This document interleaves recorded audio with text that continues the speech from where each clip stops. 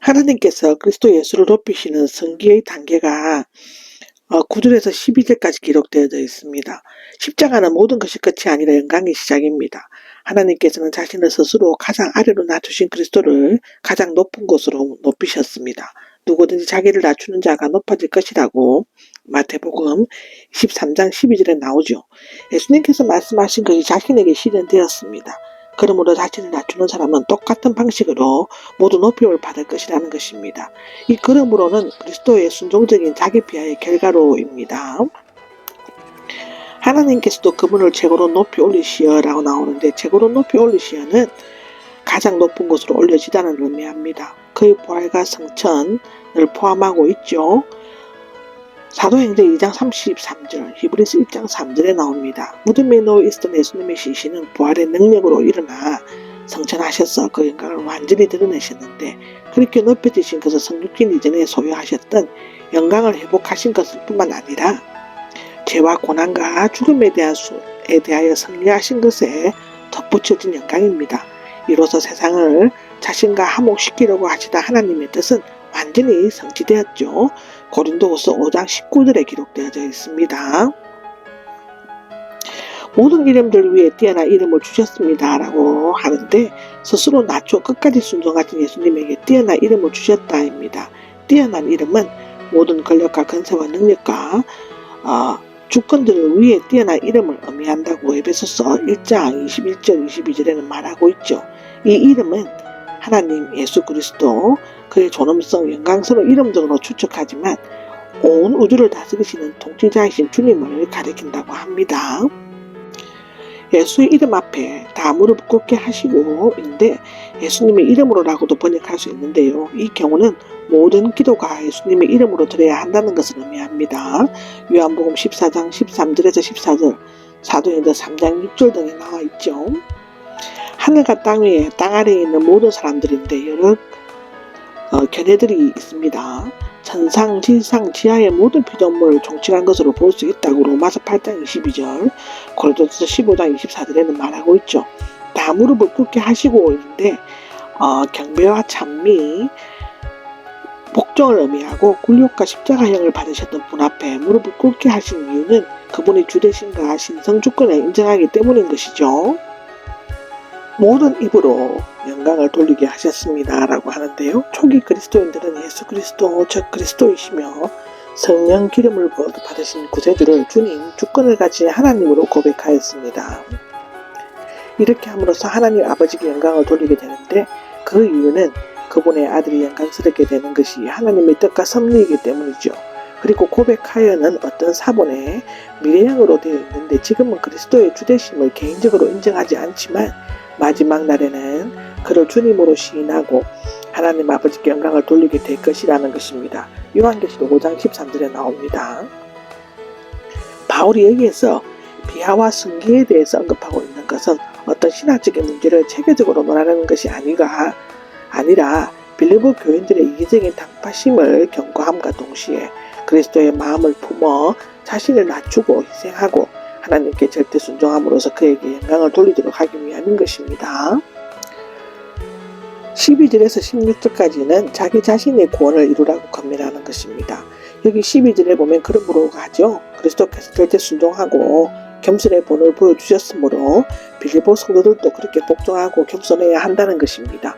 겉면 사이를 연결시켜주는 것인데, 내 사랑하는 사람들이여 라는 것은 바울의 교회를 직접적으로 날카롭지만 자신의 사도 권위를 내세우지 않고 빌립보 교인들을 다정하게 부름으로써 따스한 애정을 표현하고 있는 것입니다. 여러분의 구원을 계속 이루어 가십시오 라고 하는데, 이 이루어 가십시오는 완성시킨다는 개념이며 구원을 성취해감에 있어서 사람의 자유의지와 노력의 전제를 하고 있는 것입니다. 구원을 계속 이루어 가십시오라는 것은 구원을 얻기 위해 무엇인가를 행하려고 노력하거나 또는 하나님께서 먼저 구원을 주신 후 각 개인에게 그 구원을 완성하라고 요구하는 것이 아니라 구원의 영적 성장과 발전을 위해 애쓰라는 것이죠. 왜냐하면 활동하시기 때문입니다라고 13절에 나오는데, 앞서 구원을 이루라고 한 말이 결코 인간의 노력에 의한 구원이 아니며, 또한 두렵고 떨림으로 구원을 이루는 노력도 성도 안에서 역사하시는 하나님의 역사임을 강조하고 있는 것입니다. 구원을 이룰 수 있는 유일한 길은 그렇게 할 수 있게 하시는 하나님을 통해서이죠. 물론 이것은 여러분이 일하지 않으면 하나님께서 도울 수 없으시다는 의미는 아니고, 오히려 하나님께서는 자신의 선하신 목적에 따라 사람을 구원하려는 자비로운 목적을 이루시기 위하여 빌립보 교인들로 하여금 바라게 하시고 행하도록 하시도록 하는 것이라는 것입니다. 여러분 안에서 활동하시기 때문입니다인데, 바울이 빌립보 교인들에게 구원을 이루라고 한 것은 구원이 하나님께서 친히 우리 가운데 행하시는 그 자신의 일이기 때문이죠. 즉 하나님께서는 우리를 구원하시기를 그 뜻을 이루시기 위해 우리 마음에 역사하시어 우리로 하여금 뜻을 정하게 하시고 이 욕구대로 행동하도록 하신다는 것입니다. 말하자면 하나님께서 성도들 안에서 소원을 일으키심으로 소원하게 되고, 하나님의 성도들 안에서 그 소원을 행하심으로써 성도들을 행하게 된다는 것입니다. 불평하거나 다투지 말고 하십시오라고 14절에 나오는데요. 이 불평은 투덜대다 중얼거리다에서 유래됐고, 불평을 하면서 투덜대는 것과 수군거리는 것을 의미합니다. 다투지는 악의적으로 논쟁하거나 의심하는 것을 나타내죠. 빌립보 교회에 다툼과 분쟁이 있는 것은 불평하고 서로 의심하고 사소한 일에 논쟁을 벌였기 때문이죠.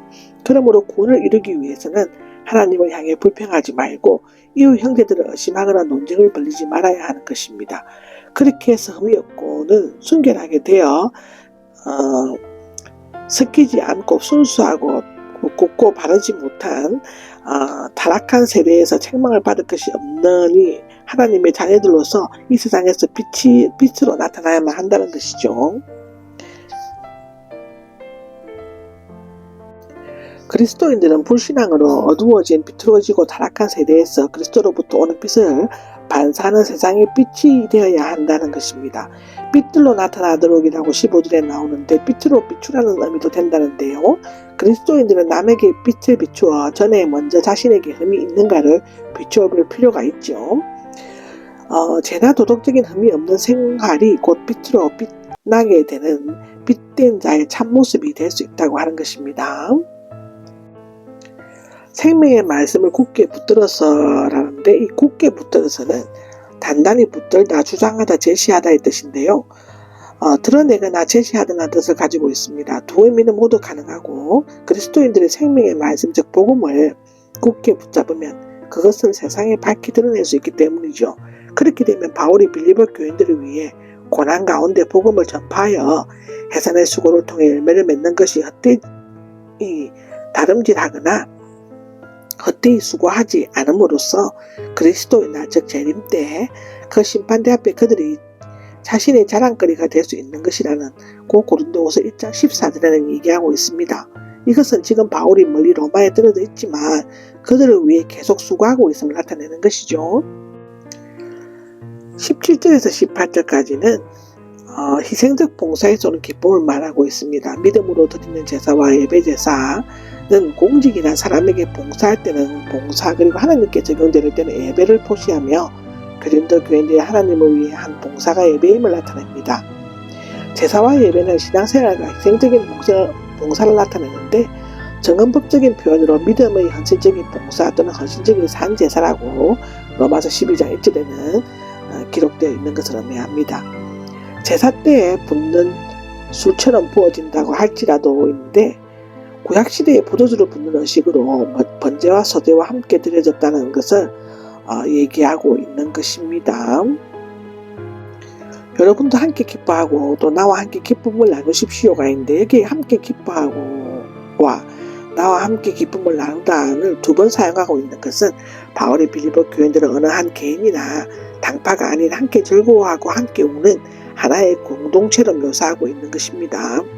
순교의 제물이 되면서도 그것을 빌립보 교인들의 예배 제사를 완성시키는 일이 되는 것을 알 때 바울은 만족하고 기뻐한다는 것입니다. 동시에 빌립보 교인들은 그들의 중생과 성공에 대해 기뻐하게 되고, 바울은 그들이 기뻐하는 것을 보고 함께 기뻐하는 것인데, 불화와 불이치가 있는 교회에 가장 필요한 것은 공동체 의식이라고 기록하고 있죠.